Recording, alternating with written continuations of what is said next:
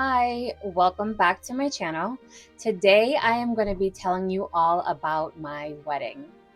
My husband and I were just looking at some photos and we cannot believe that we are coming up on 6 months already since our wedding. Honestly, time flies. It feels like it was yesterday. It was so beautiful and so intimate. It was exactly what we wanted. We did have a destination wedding in Florida, and it was so inexpensive. And I just want to share with everybody exactly how we were able to get married for under $8,300.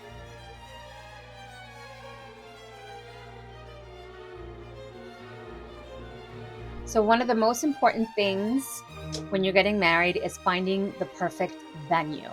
My husband is one of those people who will not sleep because he is researching something that he wants. That's just his personality.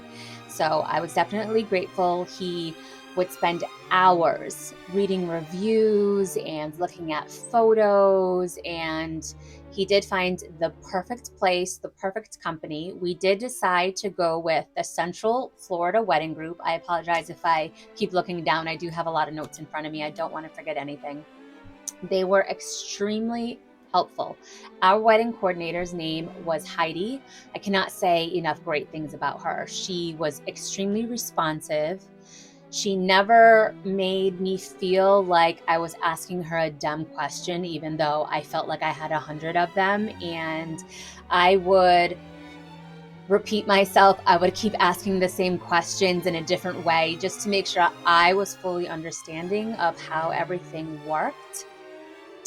Our venue total came to $3,690.85 with tax. We went with an elopement package. For the breakdown of everything that included, it was titled the elopement package, was $24.95. Our marriage license was $293. We did have to pay for 6 additional guests. So the elopement package came with 22 people as far as seating goes. We did have to pay an extra $15 for each person. We did have 28 guests, so that was an additional $90. We upgraded our background to a wooden geo arbor. There was like a plain circle. I want to say it was like a black metal, which for me personally didn't really go with like the idea of what I had for like the decor. So I did upgrade it to like a wood one, which I loved. We added dried florals onto the arbor, which was $95. We had a sand ceremony. That way all of our kids could feel included because I have 2 and he has 2. So it was a nice little sentiment of combining our families. We did have a mimosa station, which was an additional $200. We did need an extra bottle of Prosecco, which was $35. We had a water on ice station, which was $45. And that all came to the $36.90.85 with tax, which I think is super affordable. So once we had our venue, the next thing for me as the bride-to-be was to find the perfect wedding dress. David's Bridal had just closed at the time, and I'm not sure why. I just like that was my go-to. Like there were so many other places that I could have went to, but I just couldn't think of any. And my family was in Florida, so I didn't really have too many people to kind of help me here in Rhode Island. I have friends, but it just, you know how things are when you're adulting, just timing doesn't always coordinate. So I did end up going to Alexander's Boutique. I didn't find anything there. I found a lot of things from different dresses that I really liked. You know, when you like this, you like the sleeve from one dress, the back from another dress. So I ended up leaving without a dress. I was kind of disappointed. I did shop around for a couple of months before I had decided to just hop on Etsy to see what I could find. And it was the exact same thing as when I was shopping at the stores. I liked different pieces from every dress. So I ended up deciding to just reach out to one of the Etsy vendors that had amazing reviews. I went with a shop called LaceMarry. MARRY. MARY, not Mary. And she had amazing reviews. She had, I feel like, over 20,000 in sales and had like a 4.8 star rating. I was chatting with her about just customizing a dress. She had 5 dresses on her site that I liked all of them, but there was something about each one that I didn't like. So I kind of sketched up what I could, and kind of circled the things that I did like on certain dresses and asked her if there was a way that she could combine them. She said yes, obviously. That's her job. She made it sound like obviously easy peasy. Like, I don't know why I was so stressed and so nervous to ask her as if she wasn't a dressmaker, but thankfully she was super sweet about it. And she did kind of sketch something up super quickly for me, and it was exactly what I wanted. I mean, there were a couple of little tweaks after the first sketch, but I was definitely okay with that. After that, I did agree on the design. She went ahead, she sent me an invoice, and I was honestly shocked. The invoice was for $600. I had never customized a dress before. I wasn't really sure what to expect, but we hadn't talked about the price prior to her sending me the invoice, but all of the dresses on her site ranged between $350 and $1,500. I did feel like it was going to kind of fall somewhere in between that, but I did think it was going to come to more than $600. She had a lot of options on her website, so I paid it. And then I ended up finding my stepdaughter's dresses on her site as well. She did have bridesmaids dresses, mother of the bride, flower girls, those types of things. And I didn't end up going with dresses that she had under like the wedding section, like as flower girls for my stepdaughters, because we weren't having flower girls. And I thought that they were a little bit too fancy, and that's not really what they were looking for either. They both did show me some dresses that they were interested in on Pinterest, and they were a lot more casual than what I was finding in Flower Girl section. So I actually think I found them under her quinceañera section, which was interesting. She did end up giving me a discount. So the prices for the dresses were about $100 each. And then she sent me a new invoice and she knocked off some of the price. So my dress was $600. And then the girls' dresses, one of them was $60. It was a lot plainer than the other. And the other one was $75. And I was like, oh my God, that's amazing. I thought that was such a steal. So then there's my husband's suit. I did buy him a suit for somewhere that we were supposed to go the year before, and he never ended up wearing it. I did get it at an amazing price. I had to go back to find my receipt, and I paid $250 with shipping for this really nice, it was like a linen cottony blend. It was like a summery suit. So $250 for that. Then my daughter, Kennedy, who is super tomboy, she did want to wear a suit to my wedding. Her suit was $95 and my son's suit was only $50. The girls' shoes were $25 and $35. My son's shoes were $45. My daughter's were $110, and my husband found a great deal on his wedding shoes for $45. So the next big expense when it came to our outfits were the alterations. Now that is what got me. It took around 2 months before my dress was finished, and when I had seen the video and everything, I thought it was fabulous. I loved it.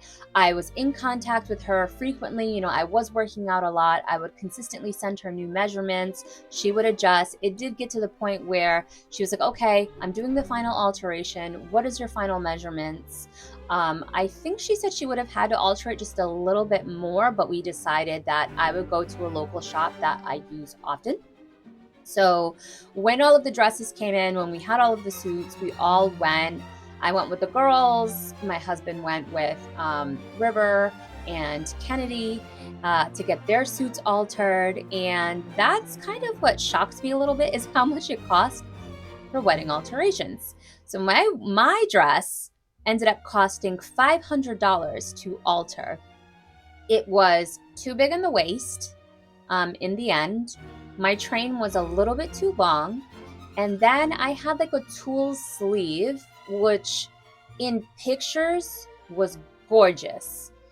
But the material on the inside, it was a little uncomfortable. So I did have to have the tailor add like a silk lining inside, just so I wasn't itching and, like fidgeting at my wedding. So my my dress to alter was $500, which blew my mind because that was only $100 less than what the cost of the actual dress was. And then my son and daughter suits were 135, and Nick and his daughter's alterations were $400. So altogether, for dresses, suits, shoes, and alterations, that was $2,425.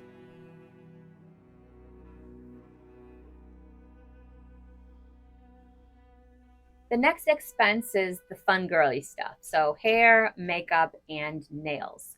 Before I had even gone down to Florida, I did have my highlights and my grays touched up. I did decide to go with some curtain bangs and get like a little dusting on my ends. So that was $150.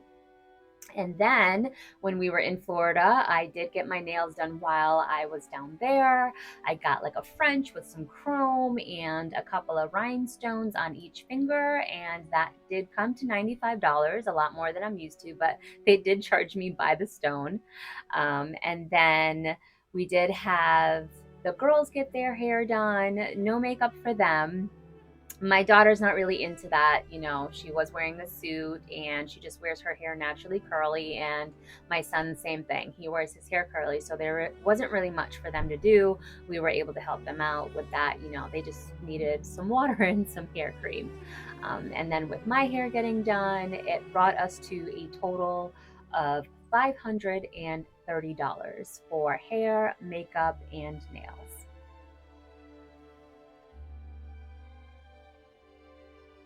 So, one of the next big expenses that we did have to worry about was our flights and where we were going to be staying while we were there. We were still going with the theme of trying to stay budget friendly. We found an amazing deal with Breeze Airways. We had used them a couple of times before. They seem to have like this deal of like, if you fly in, like they have like some set flights, like a Friday night, a Saturday night, and then the set times that leave. Those seem to be the cheapest flights. And there was a super cheap one on a Friday night, a Saturday morning, and then to come home on a Tuesday evening. So that's ultimately what we ended up going with. We did check 2 bags and carried on 2 bags. And then I did have all of the dresses in like the dress bag. And then my husband had the 3 suits in a suit bag, which they did allow us to carry on as our personal item, which I'm so thankful for, because I was not willing to check that and have it be lost. Like that would have been insane. I would have cried nonstop. So $1,200 for our Breeze flights. Then we did decide to stay at the Wyndham Bonnet Creek.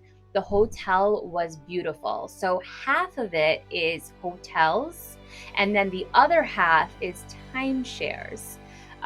We did stay for 5 days and 4 nights. We did get a little bit of a discount on that by using my Expedia account. The more nights that I added, the cheaper the nightly rate got. So that total ended up coming to $918. So the last expense of the wedding was the wedding dinner, and it was phenomenal. We went to El Cilantrillo in Old Town. It was like the best Colombian food that I had ever had. It seemed to be like a little franchise in the Florida area. I couldn't really find it anywhere else, but It was like a family style, and the setting was a little bit more casual. We all had changed, still in dresses, but just, more dinner appropriate.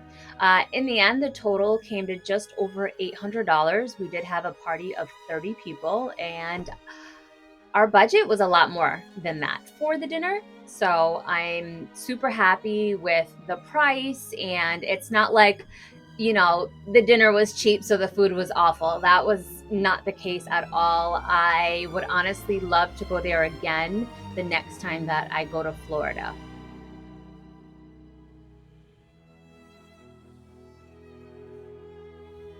So all of those things bring us to a grand total of $8,233. And I could not be more happier with the way that everything turned out. I wouldn't change a thing. Before we had planned this wedding, I honestly thought it was going to be impossible to plan a wedding for under $10,000.